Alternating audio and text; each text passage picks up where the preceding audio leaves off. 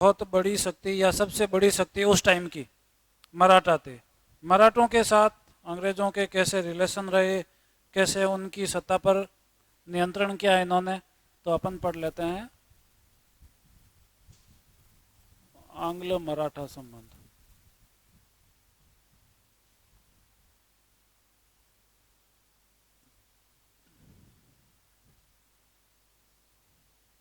ठीक है,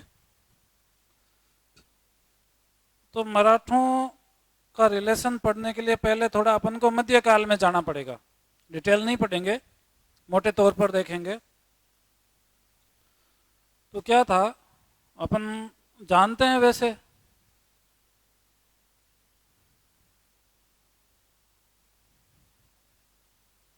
शिवाजी से शुरुआत हुई थी मराठा शक्ति की।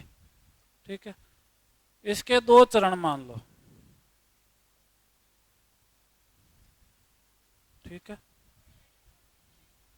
नीचे लिखो।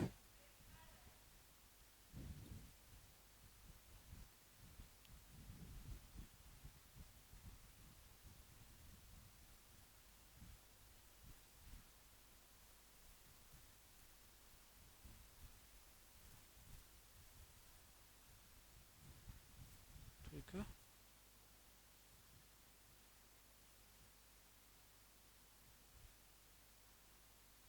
मराठा शक्ति है, इसके उदय के दो चरण मान सकते हैं आप। ठीक है, पहला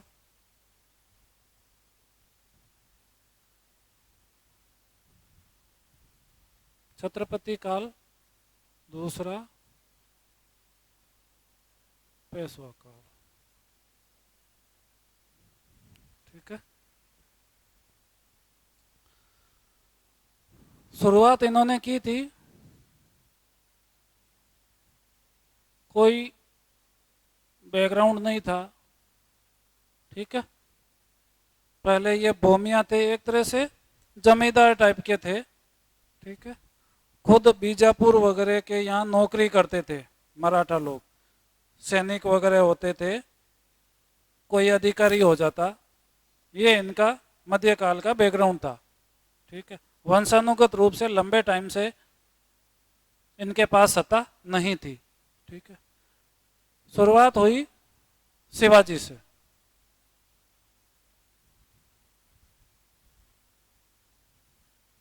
ठीक है, शिवाजी मराठों के पहले छत्रपति बने, मतलब एक तरह से इनको राजा मान लो। ठीक है, उस एरिया का राजा, ये मराठा इनको छत्रपति बोलते थे। ठीक है, शिवाजी ने किसके साथ संघर्ष किया? औरंगजेब के टाइम की बात हो रही है। ठीक है, औरंगजेब के टाइम मुगलों से संघर्ष करके उधर बीजापुर, उधर निजाम, उधर मैसूर, इन आसपास की शक्तियों से संघर्ष करके अपने राज्य की स्थापना की।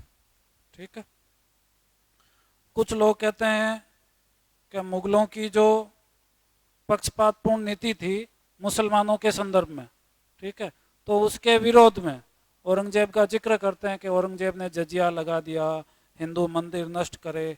तो ये जो नीति थी, धार्मिक नीति औरंगजेब की, उसके विरोध में हिंदुओं के संरक्षण की नीति अपनाई थी, हिंदूवादी नीति अपनाई थी।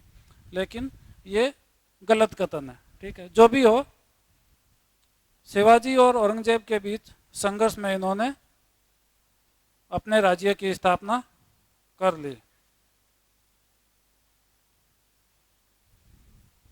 ठीक है, तो शिवाजी ने क्या किया मैं यहाँ बता रहा हूँ। न केवल राज्य जीता, बल्कि व्यवस्था भी स्थापित की, प्रशासन वगैरह संगठित किया। तो प्रशासन में एक जिक्र आता है अष्टप्रधान का, जो केंद्रीय प्रशासन है ना, उसमें। ठीक है, 8 लोगों का एक मंत्रिमंडल होता था। ठीक है, छत्रपति तो सर्वे सर्वा होता। ठीक है, इसके अंडर में 8 लोगों का एक मंत्रिमंडल होता था। उस मंत्रिमंडल का जो प्रमुख होता था, हेड, जैसे उसका नाम था पेशवा। ठीक है। अभी के संदर्भ में मान लो छत्रपति है राष्ट्रपति, ठीक है। अष्टप्रधान में प्रधानमंत्री और मंत्रिमंडल, तो ये हो गया प्रधानमंत्री, बाकी उसके मंत्रिमंडल के सदस्य हो गए, ठीक है। तो बाद में क्या, पहले छत्रपतियों का राज चला, ये वास्तविक शासक होते थे। इसके बाद में ये क्या हो गए, नाम मात्र के शासक हो गए। इनके पास सत्ता नहीं रही और जो प्रधानमंत्री था उसके हाथ में सत्ता आ गई, वास्तविक सत्ताधारी ये हो गए, ठीक है। तो दो चरणों में इसको अपन बांट देते हैं, ठीक है।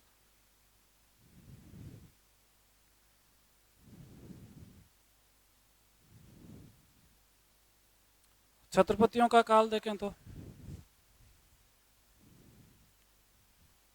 अच्छा, शिवाजी और औरंगजेब के बीच में खूब संघर्ष चला, पुरंदर की संधि भी हुई थी, ठीक है। पुरंदर की संधि के बाद ये औरंगजेब के दरबार में भी गए थे, वहाँ इनको कैद कर लिया था, कैद से छूटकर वापस आ गए थे, ठीक है। और अपने साम्राज्य की, अपने राज्य की स्थापना इन्होंने की थी, ठीक है। शिवाजी के बाद इनका पुत्र संभाजी था, ठीक है। ये भी छत्रपति बना। संभाजी क्या था, शिवाजी के काल में ही ये थोड़ा नशेड़ी टाइप का आदमी था, ठीक है। क्रोध बहुत जल्दी आ जाता था, भोग विलास में लिप्त रहता था।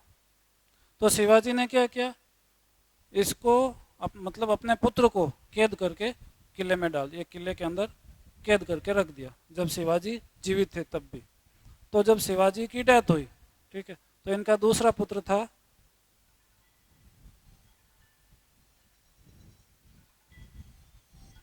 एक सेकंड,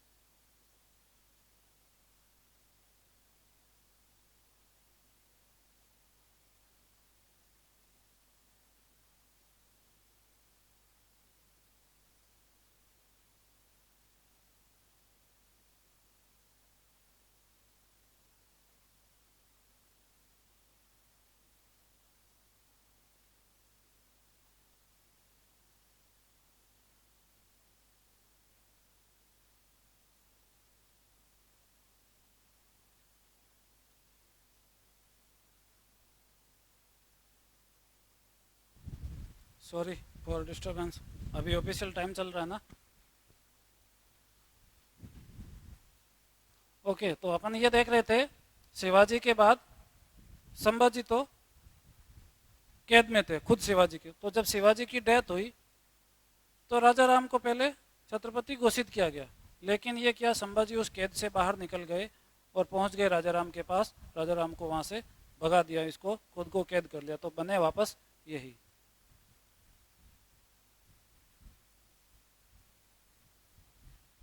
ठीक है, इस टाइम की बात है।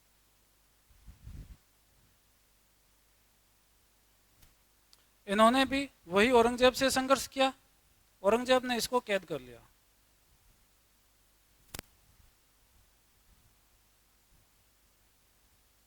कैद कर लिया और इसकी हत्या कर दी 89 में। क्या हुआ था, मुगलों ने उत्तर भारत पर पूरा कब्जा कर लिया था, ठीक है, लेकिन बीच बीच में कुछ शक्तियां सिर उठा रही थी, जैसे राजपुताना में भी था, जोधपुर के और औरंगजेब के बीच में संघर्ष चल रहा था, अजीत सिंह, दुर्गादास राठौड़, ठीक है। तो औरंगजेब का एक पुत्र था अकबर, ठीक है, उसको अजीत सिंह ने पहले संरक्षण दिया, तो औरंगजेब जोधपुर पहुंचा, तो अकबर वहां से निकलकर दक्षिण भारत चला गया मराठों की शरण में। उस टाइम ये थे संभाजी ने इसको शरण दे दी। अब औरंगजेब उसके पीछे पीछे दक्षिण भारत पहुंच गया, ठीक है। दक्षिण भारत पहुंचा तो यहाँ ऐसा फंसा, मृत्यु तक वापस नहीं जा सका, 25 साल दक्षिण भारत में रहना पड़ा। उसका कारण है ये मराठों से पार पा ही नहीं सका, ठीक है। तो दुश्मनी संभाजी और औरंगजेब की इस वजह से ज़्यादा हो गई। पहले शिवाजी तो थे ही, जब दक्षिण भारत पहुंचा अकबर के पीछे, इसको शरण दे दी, तो ये इसकी दुश्मनी का कारण था। तो इसने इसको हराकर कैद कर लिया और हत्या करवा दी, ठीक है। और इसी का पुत्र था, संभाजी का ही पुत्र, बाद में जिक्र आएगा, पत्नी और पुत्र, इसको भी कैद कर लिया। इनको मारा नहीं, इनको कैद करके रखा। संभाजी को तो मार दिया, इसकी पत्नी और उसका पुत्र साहू है, इसको कैद करके रख लिया, ठीक है। यहां तक मराठा थोड़े बैकफुट पर है। अब जब इसकी हत्या कर दी तो पीछे इसका भाई राजा राम, ठीक है, बड़ा हो गया थोड़ा, ठीक है, अब इसको छत्रपति बना दिया।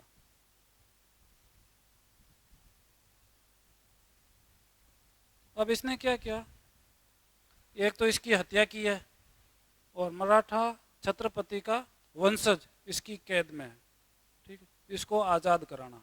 तो इसके लिए इन्होंने क्या किया, मराठों का स्वतंत्रता आंदोलन शुरू कर दिया।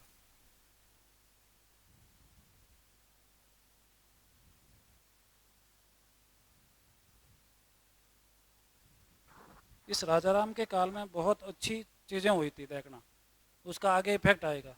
इन्होंने स्वतंत्रता आंदोलन शुरू किया, कब तक चलेगा, जब तक ये साहू कैद से आज़ाद नहीं होगा तब तक। और ये कब आज़ाद होगा, जब औरंगजेब मरेगा तब। औरंगजेब मर जाएगा, उसके बाद अगला आएगा इसका औरंगजेब का पुत्र आजम शाह, वो इसको कैद से आज़ाद कर देगा। उसका भी एक उद्देश्य होगा, क्यों आज़ाद कर रहा, ठीक है। तो अभी की स्थिति यह है, संभाजी के बाद इसने मराठों के लिए स्वतंत्रता आंदोलन शुरू कर दिया। इसके लिए क्या किया, देखो, एक नई स्कीम चलाई, शिवाजी से भी अलग, ठीक है। क्या स्कीम चलाई, इसने कहा, मराठे वैसे अमूमन लगभग सारे सेनाओं में रहते थे, सैनिक के रूप में काम करते थे, किसान भी थे और सैनिकों का काम भी करते थे, ठीक है। कोई रेगुलर थे, कोई अनियमित थे, कभी जरूरत पड़ती तब होते थे, ठीक है, दोनों तरह के सैनिक होते थे। तो इसने ये दिमाग लगाया कि ऐसे तो मुगल के पास सत्ता ज़्यादा है, सेना बहुत बड़ी है, इसका सामना कैसे करें। तो इसने कहा, ऐसा करते हैं, अपने जो मराठा सैनिक है या कोई जमींदार है या कोई अच्छी पहुंच का आदमी है, ठीक है, इन सबको छूट दे दी, आप जिससे चाहो युद्ध करो, जब चाहो तब युद्ध करो, अपनी औकात के हिसाब से युद्ध करो। जितना एरिया आप कब्जे में करोगे वो आपको मेरी तरफ से जागीर में दिया जाता, ठीक है। और आपको उस जागीर में कैसे प्रशासन चलाना है, कितना टैक्स वसूलना है, उसकी आपको पूरी आज़ादी।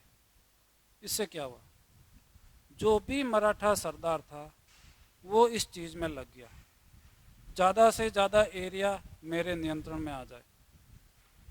हर मराठा किसान, दिन में किसान रात में सैनिक, हर आदमी योद्धा बन गया इन मुगलों और औरंगजेब के खिलाफ में। हर गांव एक तरह से किला बन गया। अब औरंगजेब भटकता फिरता रह गया, किसके साथ युद्ध लड़े, यह स्थिति हो गई। कभी भोंसले के पास जाता, कभी गायकवाड़ के पास जाता, कभी सिंधिया के पास जाता, कभी होलकर के पास जाता, पीछे ये युद्ध करने शुरू हो गए। इस वजह से औरंगजेब परेशान हो गया, मराठों से पार नहीं पा सका। और इसी वजह से क्या हुआ, मराठों का फेडरेशन बना।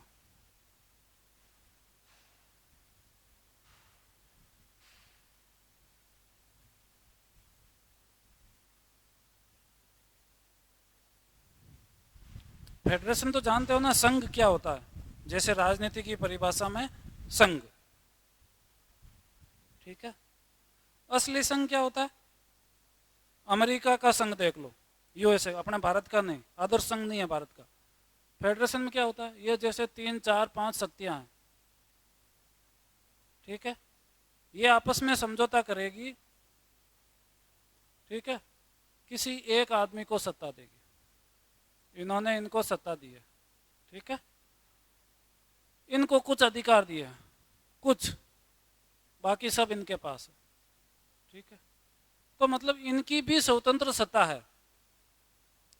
एक तरह से मान लो ये सभी समकक्ष है, बराबर है। तो ये कैसा, ये भी समकक्षी है, लेकिन समकक्षों में अगर नाम लेंगे तो पहला नाम इसका लेंगे, ठीक है। ये था इनका संघ। इस संघ में कौन कौन बड़े सरदार, देखो नाम लिया जाए तो, ठीक है।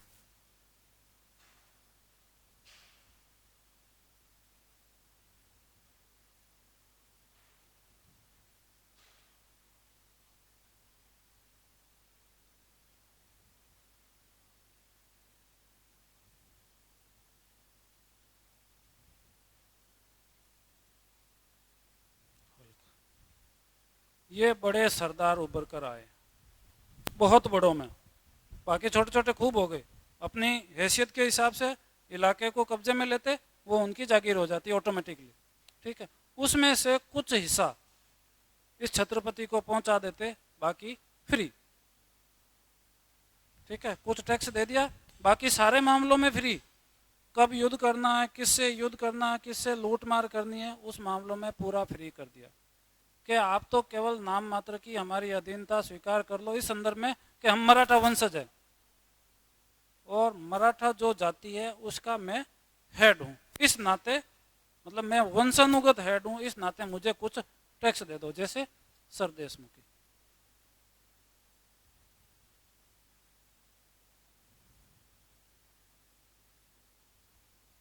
10% लेते थे, बस इस नाते वो इतना टैक्स देते थे, ये दे दो, बाकी आप अपने स्तर पे फ्री हो।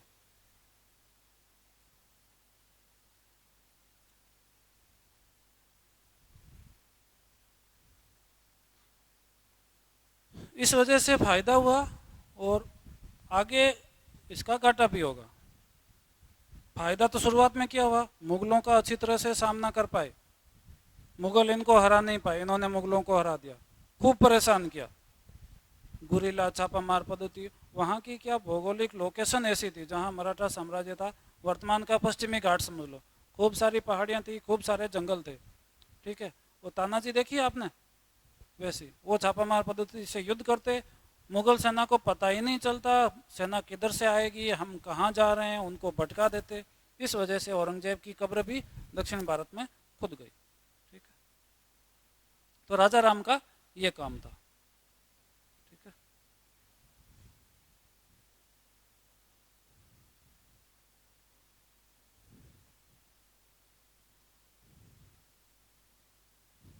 अब राजा राम के बाद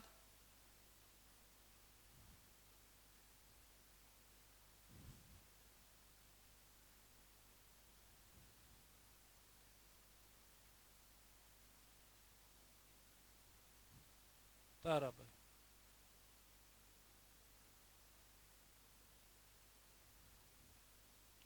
ठीक है। क्या था, राजा राम की ये राजा राम की पत्नी थी।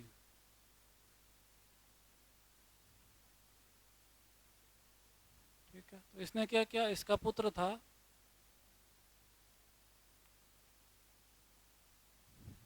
शिवाजी सेकंड।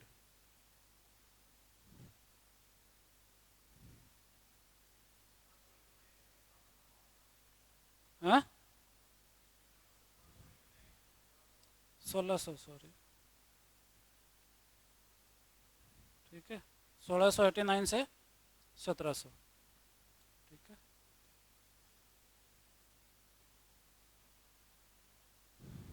राजा राम के बाद छत्रपति तो बना ये शिवाजी सेकंड। ठीक है। लेकिन ये क्या, बहुत छोटा था, अल्पवयस्क था, तो सारा राजपाट ताराबाई खुद संभाल देती, सारा निर्णय वगैरह यही करती थी। ठीक है, कोई इश्यू नहीं था। अब इस दरमियान 1707 में औरंगजेब की मृत्यु हो गई, 1707 में। ठीक है। अब आगे की स्थिति में आते हैं। औरंगजेब के बाद आया आजम शाह, इसका पुत्र था। औरंगजेब के पुत्रों में भी लड़ाइयाँ चल रही थी। तो जो आजम शाह था उसने क्या किया, ये वाला साहू है ना,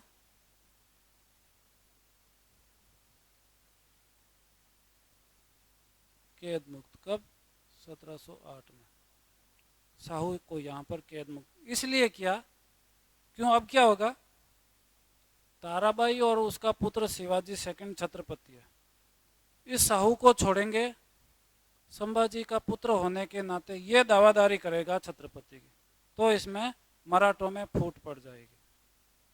और हुआ भी यही। जैसे ही साहू को छोड़ा, महाराष्ट्र पहुंचा, वहाँ के लोगों ने इसका स्वागत किया, ताराबाई ने नहीं करा। ताराबाई ने लगा मेरी सत्ता चली जाएगी। तो अंत में ये हुआ, दोनों पक्षों में युद्ध हुआ, ताराबाई को हारकर जाना पड़ा, साहू ही छत्रपति बना। ठीक है।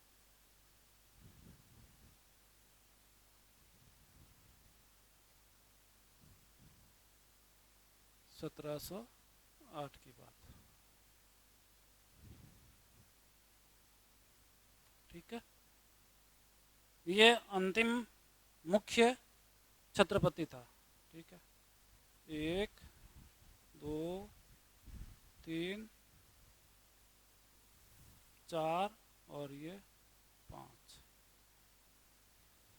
ठीक है, ये छत्रपतियों का काल है, समाप्त।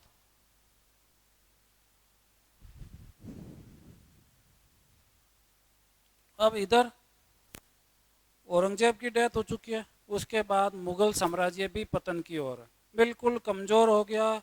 मुगल शासक भी कमज़ोर हो गया और मुगलों का प्रशासन, जो एरिया पर नियंत्रण था, वो भी कमज़ोर हो गया। उसके कई कारण हैं। उसकी शुरुआत अकबर से हो गई थी, फिर जहांगीर, शाहजहाँ, औरंगजेब के काल में तो कुछ कमजोरियां बहुत ज़्यादा बढ़ गई थी, जैसे जागीरदारी संकट है, मनसबदारी संकट है। मतलब इन लोगों ने क्या किया, जैसे अकबर ने सुलह कुल की नीति अपनाई, तो इसने क्या किया, विभिन्न गुटों में सामंजस्य बना रहे कि एक कोई गुट, जैसे तुर्क लोग दरबार में अमीर हो गए ना, तो तुर्की अमीर ज़्यादा हावी ना हो, इसके लिए क्या किया, राजपूतों को प्रोत्साहित किया, राजपूतों को भी दरबार में रख लिया, अमीर बना दिया।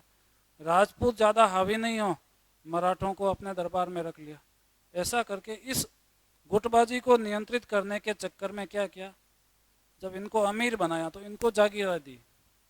तो अब ये स्थिति हो गई कि इन मनसबदारों को जागीर देने के लिए बचा ही नहीं। सारा इलाका जो मुगलों के अंडर में था वो तो जागीरों में बांट दिया। ठीक है, खुद के सीधे नियंत्रण में, खुद के सीधे नियंत्रण में जो जमीन होती है उसको क्या बोलते हैं? दो तरह की जमीन होती थी, खालसा भूमि और जागीर भूमि। ठीक है, ये तो सीधे मुगल बादशाह के कंट्रोल में, ये इन्होंने जागीरों में बांट दी, तो ये तो जमीन बढ़ गई और खालसा भूमि कम हो गई। तो बादशाह की पूरी इनकम तो इस पर डिपेंड थी मैक्सिमम। जागीर वाला तो कुछ हिस्सा देता, बाकी कुछ हिस्सा क्या, वो तो मनसबदार का वेतन था, इसका कुछ नहीं मिलता। बस खालसा भूमि तो खुद की इनकम भी कम हो गई, इधर सारी जमीनें जागीर में बांट दी। ऐसे करके अव्यवस्था फैल गई और बाद के जो मुगल बादशाह थे वो निकम्मे निकले। इस वजह से औरंगजेब के बाद के मुगल साम्राज्य पतन की ओर चला गया। इसका फायदा अब मराठा उठाएंगे। ठीक है, तो अब करते हैं पेशवा काल। ठीक है, छत्रपतियों के बाद।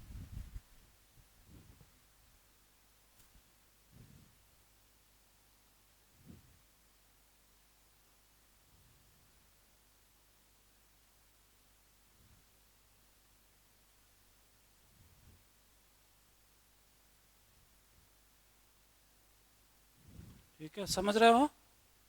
ये गुजरात का इलाका है, मैं यहाँ कर देता हूँ बम्बई। अब समझ आओगे? ठीक है, तो अब देखो दो शक्तियाँ हो गई मराठों की, एक पेशवा हो गया और एक छत्रपति हो गया। ठीक है, तो जो अंतिम शक्तिशाली छत्रपति था साहू। ठीक है, इसका पेशवा था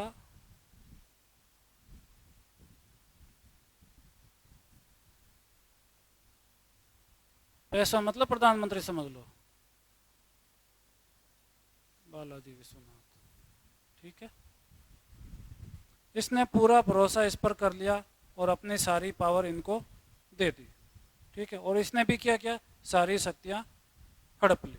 ठीक है, साहू कहाँ बैठता था? सतारा में। ठीक है, और पेशवा कहाँ बैठता था? पूना में, सचिवालय होता था। तो ऐसा कर लो,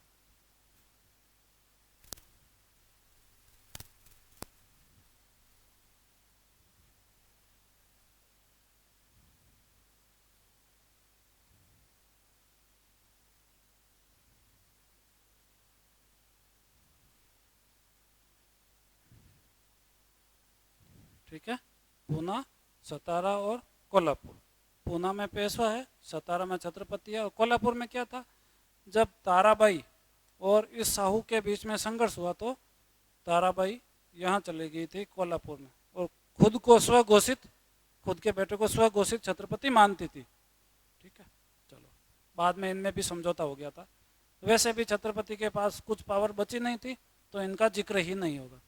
अब इस पेशवा ने क्या किया, सारी शक्तियां हड़प ली। अब मराठा शक्ति का केंद्र पूना हो गया, छत्रपति का कोई रोल नहीं रहे। कौन कौन आएंगे पेशवा? पहला पेशवा। अब इन्होंने इवन क्या किया, शक्तियां तो हड़प ली, ये पद भी वंशानुगत कर लिया। मेरे पीछे मेरा बेटा ही पेशवा बनेगा। यह तो एक प्रशासनिक पोस्ट है, मतलब प्रशासनिक पोस्ट भी इन्होंने वंशानुगत बना ली। तो इसका पुत्र बना बाजीराव प्रथम।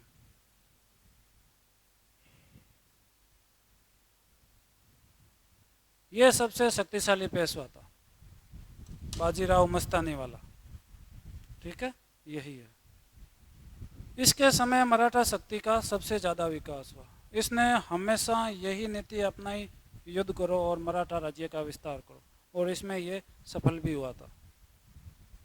ठीक है, तीसरा था, इन दोनों को मिला दो, बालाजी बाजीराव।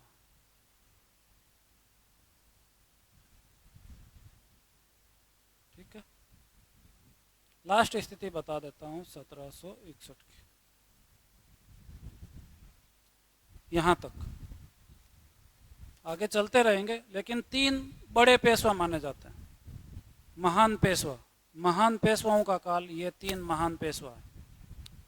ठीक है, बाकी वाले फिर पेशवा भी कमजोर पड़ने लगे, मराठा शक्ति का ह्रास होने लगे। ठीक है, तो 3 ये महान पेशवा। इसके टाइम में ये स्थिति हुई, मुगल साम्राज्य तो पतन की ओर है। तो उस टाइम क्या हो रहा है, अलग अलग इलाकों में अलग अलग राज्य उभर के आ रहे हैं। जैसे बंगाल में नवाब अलग अलग हो गया, हैदराबाद में निजाम अलग हो गया, अवध का नवाब खुद को स्वतंत्र मानने लगा। ठीक है, ये स्थितियां हुई। और इधर मराठा, इन सब में सबसे शक्तिशाली उभर के आए ये थे मराठा। ठीक है, तो अब अंग्रेजों को चुनौती देने वाला सबसे प्रमुख भारतीय सत्ता मराठा बना। ठीक है, इनके काल में इवन तक ये हुआ, यहाँ जो दिल्ली में मुगल बादशाह बैठता था, ये कौन बैठेगा ये भी डिसीजन मराठा करने लग गए। ठीक है, मुगल बादशाहों की तो स्थिति ये थी कि मराठा मानेंगे तो नहीं, इनको चौथ वसूली का अधिकार दो, जैसे मैसूर के संदर्भ में बताया था। ठीक है, कि कम से कम इतना तो है, हमारे अंडर में चौथ वसूली करें, लेकिन वरना तो ये वैसे ही कर लेते। ठीक है, इनका अधिकार यहाँ कटक उड़ीसा तक पहुंच गए थे, कटक से यहाँ अटक पंजाब में पड़ता, ठेठ यहाँ तक आ गए थे। ठीक है, इस बाजीराव प्रथम का तो उद्देश्य था, दक्षिण भारत में तो ये सर्वशक्तिमान हो गए। ठीक है, इन्होंने सोचा उत्तर भारत में भी कब्जा कर लिया जाए और मुगल बादशाह को भी कंट्रोल में ले लिया जाए। इस दरमियान किया हुआ इसके टाइम में भाई मुगल साम्राज्य का पतन, बाहर क्या मैसेज जा रहा है, यहाँ छोटी छोटी शक्तियां कौन सी है उससे कोई लेना देना नहीं है। अंतर्राष्ट्रीय स्तर पर क्या मैसेज जा रहा है, भारत में सत्ता किसकी है। भाई अभी अमेरिका वाले क्या सोचेंगे कि राजस्थान में मुख्यमंत्रियों की लड़ाई चल रही है, वो नहीं सोचेंगे भारत में प्रधानमंत्री कौन है और वो सत्ता कमजोर है या शक्तिशाली है, वो तो यही सोचेंगे ना। तो बाहर मैसेज जा रहा था, दिल्ली में औरंगजेब के बाद सत्ता कमजोर हो रही है, तो बाहर से 2 आक्रमण हुए। पहला नादिर शाह, दूसरा अहमद शाह अब्दाली। ठीक है, नादिर शाह तो आया, लूटमाट करके चला गया, थोड़ा बहुत संघर्ष हुआ, मराठों के साथ हार गए करके वापस भाग गया। लेकिन अहमद शाह अब्दाली के साथ में पानीपत का तीसरा युद्ध मराठों ने लड़ा था, ये 1761 की बात। ठीक है, बड़े व्यवस्थित सुनियोजित तरीके से सोच समझकर पानीपत के मैदान को चुना और वहां जाकर इन्होंने अहमद शाह अब्दाली से संघर्ष किया, लेकिन इसमें पराजय हुई। ठीक है, बालाजी बाजीराव इस पराजय को सहन कर नहीं सका और इसी 1761 में उसकी मृत्यु हो गई। मराठा साम्राज्य छिन्न भिन्न हो गया, ऐसा लगा अब मराठों का पतन है, अब कुछ नहीं होने वाला, मराठा गए, इसकी जगह कोई दूसरी शक्ति आएगी। लेकिन क्या हुआ इसके बाद। ठीक है,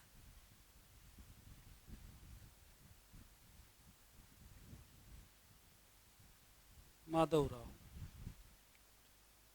प्रथम ये पेशवा बना, ये कुशल सेनापति भी था, कूटनीतिज्ञ भी था। तो इसने इस युद्ध से जो नुकसान हुआ उससे वापस मराठा शक्ति को उबार लिया, वापस पहले जैसी स्थिति में आ गए। एकदम से इतना किसी ने एक्सपेक्ट नहीं किया था कि मराठे वापस इतने शक्तिशाली हो गए। ये इन्होंने केवल 11 वर्षों के काल में किया, 11 साल में ही पूरा नष्ट होने को था और 11 साल में ऐसी स्थिति आ गई, वापस मुगल बादशाह को और अंग्रेजों को टक्कर देने की स्थिति में आ गए। ठीक है, ये बात कर लो अपन 1761 से 1772 की बात। अंग्रेजों पे आ रहे हैं अपन। ठीक है, अब क्या हुआ, इसकी डेथ हो गई, पुत्र नहीं था। समझ रहे हो क्या होने वाला, सत्ता के लिए संघर्ष। ठीक है, तो जो मराठा सरदार थे उन्होंने नारायण राव को पेशवा बना दिया। इसका भाई है, ये दोनों भाई है, ठीक है। मतलब माधवराव का पुत्र नहीं था तो इसके भाई को पेशवा बना दिया, ठीक है। ये तो केवल साल भर ही रहा, ठीक है। तो दावेदारी और कौन करने लग गया? इनका चाचा,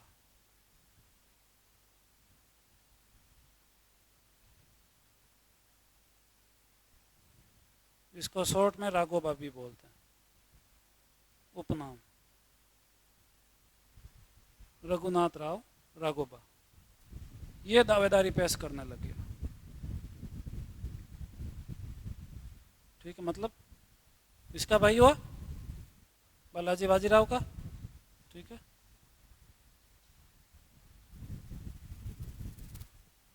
इसने क्या किया कि ऐसे तो अपन को मिलेगा नहीं, ठीक है, इसकी हत्या करवा दी। यहां मैं लिख देता हूं।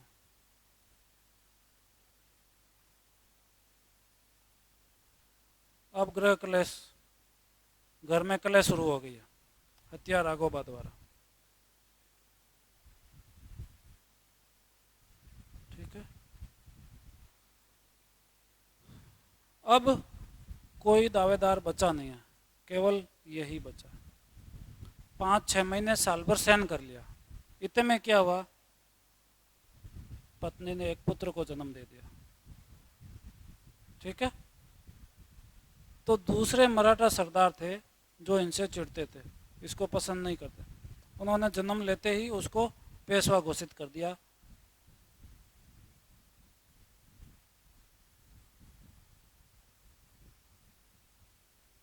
इन दोनों का शामिल नाम माधव नारायण राव, ठीक है। और इसका समर्थन करने वालों में मुख्य था नाना फडणवीस,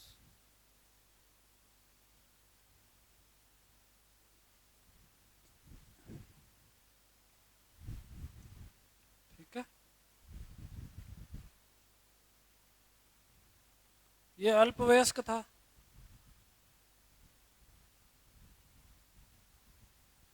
ठीक है। तो इसको सहयोग देने के लिए एक कमेटी बना दी 12 जनों की, 12 मराठा सरदारों की।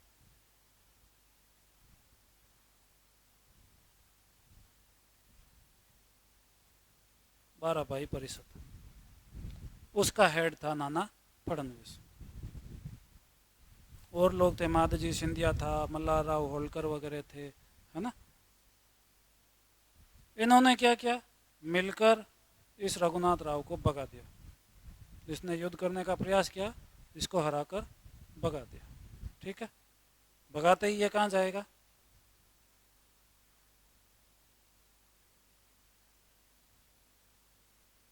राघोबा, मतलब अंग्रेजों के पास।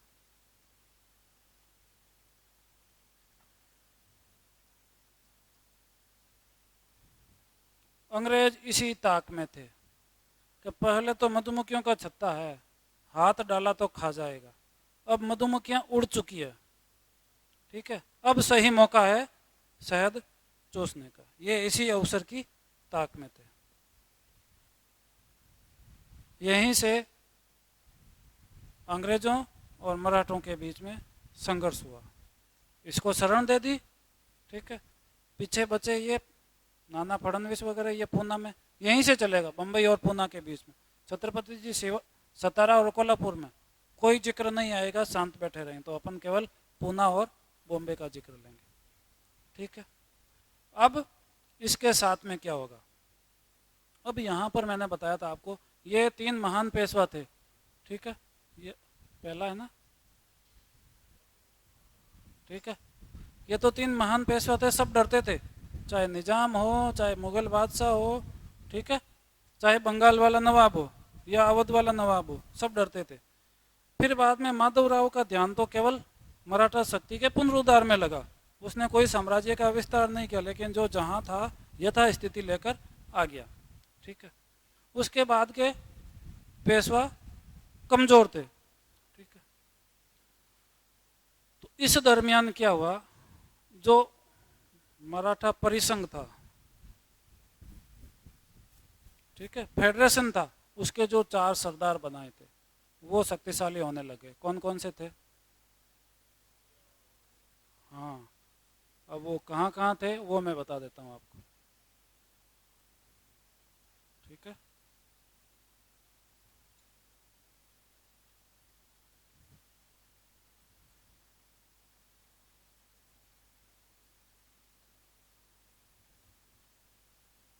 भोंसले, ये कहाँ थे?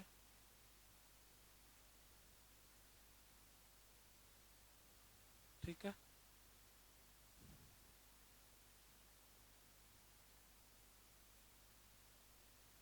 गायकवाड़, ये कहाँ थे?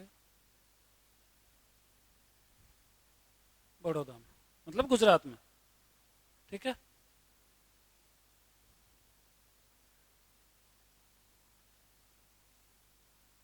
सिंधिया था, इसकी लोकेशन कहाँ थी? ग्वालियर, ठीक है। पीछे बचा होलकर, इसकी लोकेशन कहाँ थी? इंदौर, ठीक है।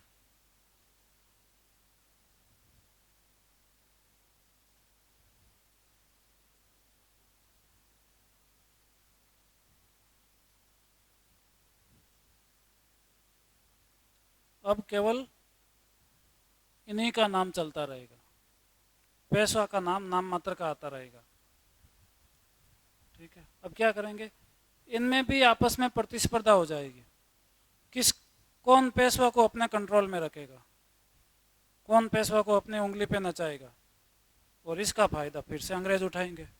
अभी तो पेशवा आपस में लड़ रहे हैं, शुरुआत हो गई संघर्ष की, आगे बढ़ेंगे, ये आपस में मनमुटाव होगा, उसका फायदा अंग्रेज उठाएंगे, ठीक है।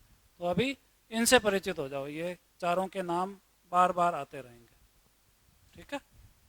पूना लोकेशन है मराठों की, पेशवा है पास में। अब देखो, मैसूर पढ़ रहे थे, मैसूर में कौन आते थे? मद्रास वाले। यहाँ कौन आएंगे? बम्बई वाले, ठीक है। चलो, पहला युद्ध,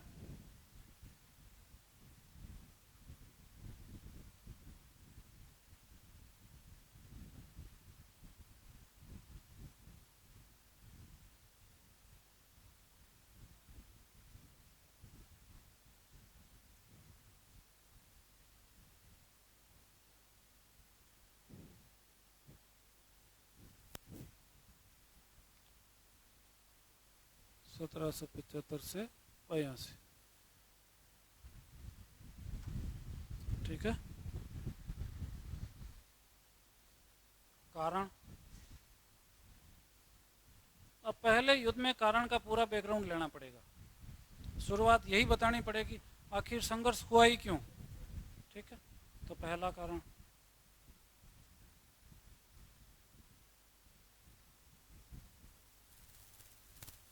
दोनों पक्षों की राजनीतिक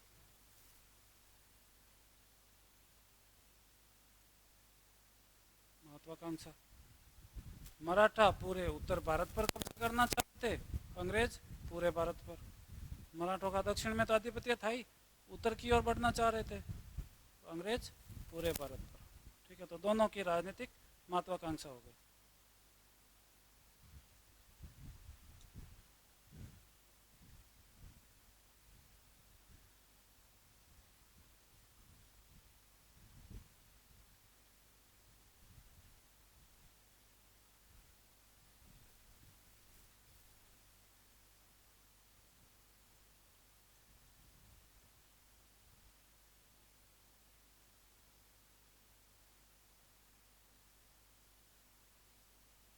व्यापारी थे, व्यापारिक हित सोचेंगे,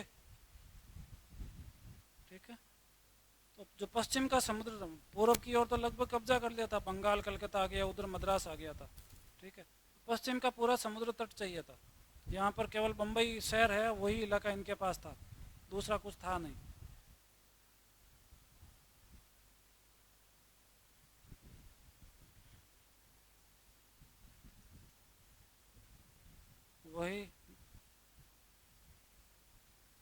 यूनिवर्सल फ्रांसीसी डर।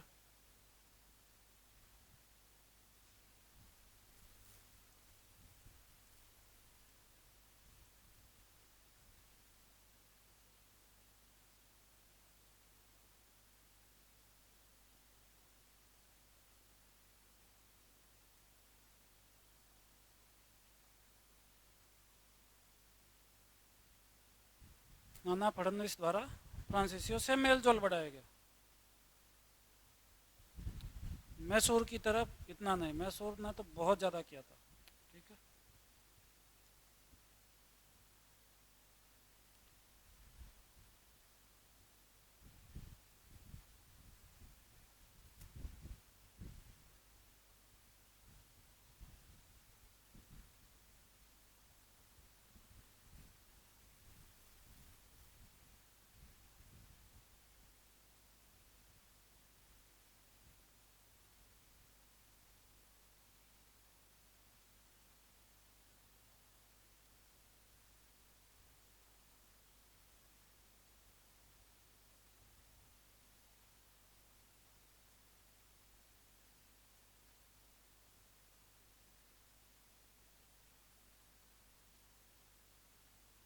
ठीक है। मराठों की उस टाइम की तत्कालीन सबसे शक्तिशाली शक्ति थी मराठा, उसको हराए बिना भारत में प्रभुत्व की स्थापना नहीं हो सकती थी। ठीक है,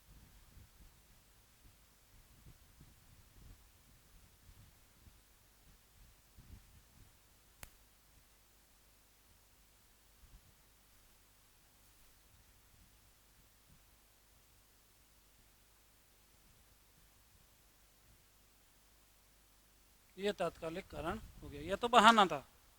ठीक है, बाकी ये चीज़ें पहले कारण थी। यही लग रहा था युद्ध अवश्य होगा इनके बीच में, आखिर तो झगड़ेंगे। पेशवा के उत्तराधिकार विवाद में हस्तक्षेप। ठीक है, कौन पेशवा बनेगा?